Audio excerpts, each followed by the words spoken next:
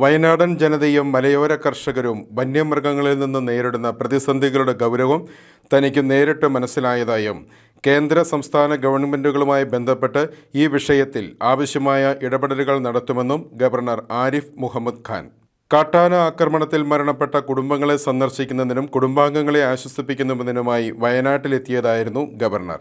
Mananthavady bishop's ഹൗസിലെത്തിയ കേരള ഗവർണറെ രൂപതാധ്യക്ഷൻ ബിഷപ്പ് മാർ ജോസ് പെരുന്നേടം, സഹായമെത്രാൻ ബിഷപ്പ് മാർ അലക്സ് താരാമംഗലം, യാക്കോബായ സുറിയാനി സഭയുടെ മലബാർ ഭദ്രാസന മെത്രോപോലിത്ത സ്തെഫാനോസ് മാർ ഗീവർഗീസ് എന്നിവരും ബത്തേരി സീറോ മലങ്കര രൂപതയുടെയും മലങ്കര ഓർത്തഡോക്സ് സുറിയാനി സഭയുടെയും പ്രതിനിധികൾ ചേർന്ന് സ്വീകരിച്ചു.